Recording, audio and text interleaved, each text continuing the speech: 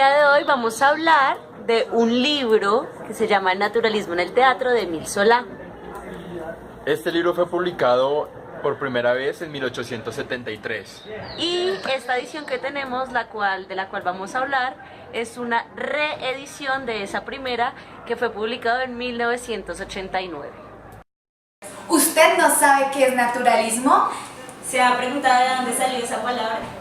¿O es como aquellos que solo bromean ante el desconocimiento del tema?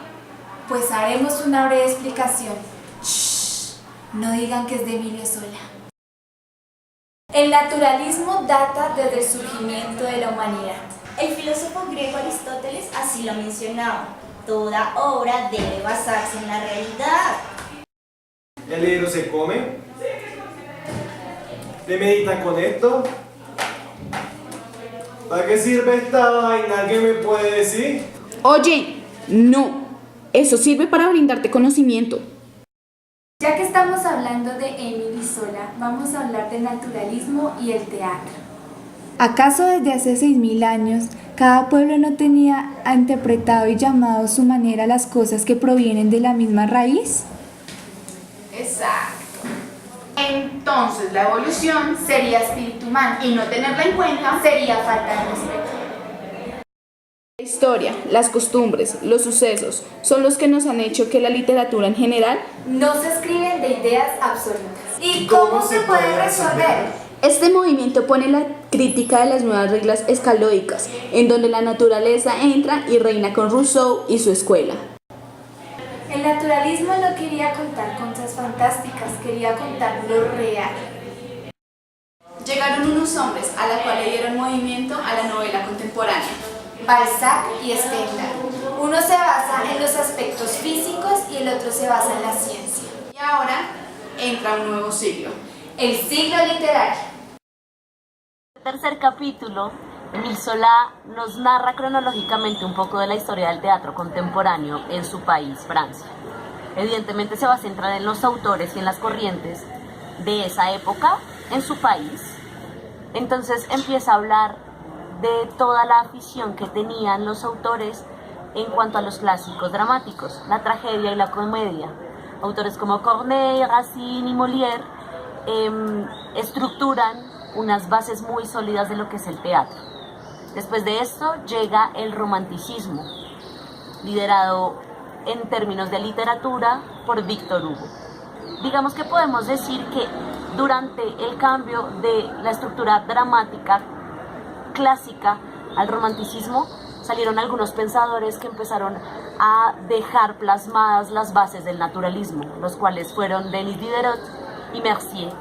Entonces, Émile Zola, ¿cómo comienzan estos autores después de la Revolución a cuestionarse acerca del teatro, a cuestionarse acerca de la realidad en la puesta en escena? Él se refiere a tres autores principales, los cuales él no llama creadores, sino más bien como unos obreros. Entre ellos tenemos a Dumas hijo, es hijo de Dumas, el gran escritor romántico. También tenemos a Victorien Sardou y Émile Augier, ya que si bien ellos aportaron demasiado a la literatura dramática de la época, tratando de revolucionar este género tan fuerte que era el romanticismo, y también los dos clásicos, comedia y tragedia en Francia, no aportaron lo que Émile Zola necesitaba en el momento, que era una verdadera revolución en las letras. Él hace una pequeña descripción de las obras de estos tres autores y a grosso modo dice que los personajes de ellos no están bien consolidados como las características que debería tener un personaje naturalista o realista. Ya sabemos que el naturalismo y el realismo abarca sobre todo la construcción del personaje en sí. Por ende, estos tres autores tienen personajes un poco frívolos que se apoyan en construcciones que el teatro utiliza mucho, los convencionalismos. Los cambios de giro en cuanto a las historias también son un poco mágicos y les falta un poco de realidad. Émile Zola agradece a estos autores por todo el esfuerzo que han hecho para enriquecer las letras, para enriquecer las tablas. Sin embargo, dice que al teatro le falta un poco más de empeño para generar este verdadero cambio naturalista y realista. Cuarto capítulo. Émile Zola habla además sobre la fuerza que influyó el naturalismo en el siglo XIX. En este capítulo vemos que Émile Zola hace una comparación entre la novela y el teatro. Como sabemos, la forma literaria del naturalismo en la novela se dio muy extensamente y en cambio en el teatro se dio, por decirlo así, muy insinuado. Con respecto al autor en la novela sobre el naturalismo, vemos que tenía bastante libertad a la hora de crear sus novelas. Puede jugar con los personajes, con el tiempo, con la duración de la novela como tal. En cambio en el teatro vemos como el autor, el dramaturgo, tiene ciertos límites para crear su obra hacia el teatro y hacia los personajes. Pero además vemos que el espectador también tiene ciertos límites a la hora de ver sus obras. Tanto en la novela, digamos que igual que el autor tiene bastante libertad. Pero en el teatro también tiene que haber ciertos límites y ciertos focos, tiene que haber ciertas circunstancias o descripciones para que el espectador pueda entender el teatro. Además, Émile Zola nos dice que si el teatro no se llega a adaptar al naturalismo o a estas fuerzas, podría llegar a desaparecer.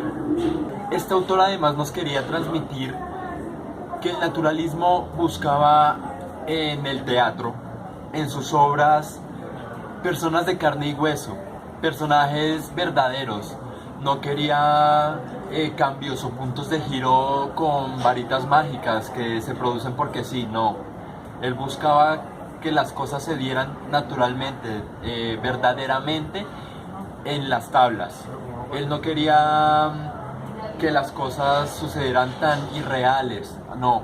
Él quería que los personajes en escena además reaccionaran a los impulsos que los otros actores o incluso las circunstancias daban. Hola a todos, ahora yo les voy a hablar sobre el quinto capítulo del texto sobre el naturalismo de Émile Zola.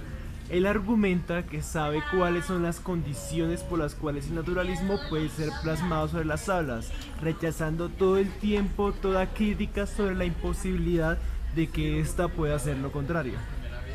Es por eso que lo que algunos autores rechazan, otros afirman, el teatro jamás va a parar, y aunque hubieron épocas en donde se intentó suprimir su crecimiento, las evoluciones sociales son imparables. Émile Zola dice que el teatro jamás va a parar de avanzar, y ese, siendo acompañado por la literatura, pone a reflexionar al dramaturgo sobre la importancia de retratar el contexto en el que viven de manera muy minuciosa.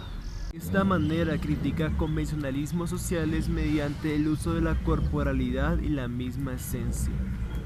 Analizar los hechos del personaje se convierte en la primordialidad del teatro, y ya que existe una necesidad de abstraer al hombre, se le posiciona en la cotidianidad que enfrenta. El hombre está sujeto al entorno y ambiente en donde nació, creció y vive, siendo este quien define sus preceptos de vida. Es por eso que los novelistas naturalistas les daban tanta importancia a la descripción, todo con el fin de denotar un ambiente propicio en el que se pueda saber el porqué de las formas de actuar y pensar de su personaje. De eso Émile Zola argumentaba que las descripciones en el teatro ya no eran necesarias, ya que la escenografía lo decía todo por sí sola. Se centraron en la exactitud de los detalles, eso proporcionó una riqueza visual a la escena. Y por último, el naturalismo se reformuló en dos planteamientos. El primero usaba una descripción de la sociedad rebasando convencionalismos sociales y la segunda se formó por la diversión que tiene el arte. Esto viene por parte del equilibrio y la armonía. Se despide Marcela Lazo, chao. Se despide Y Jaramillo. Se despide Álvaro Rengifo. Y eso fue todo por el video de hoy. Se despide Maureen y Duván Melo. Hasta la próxima. What are you doing?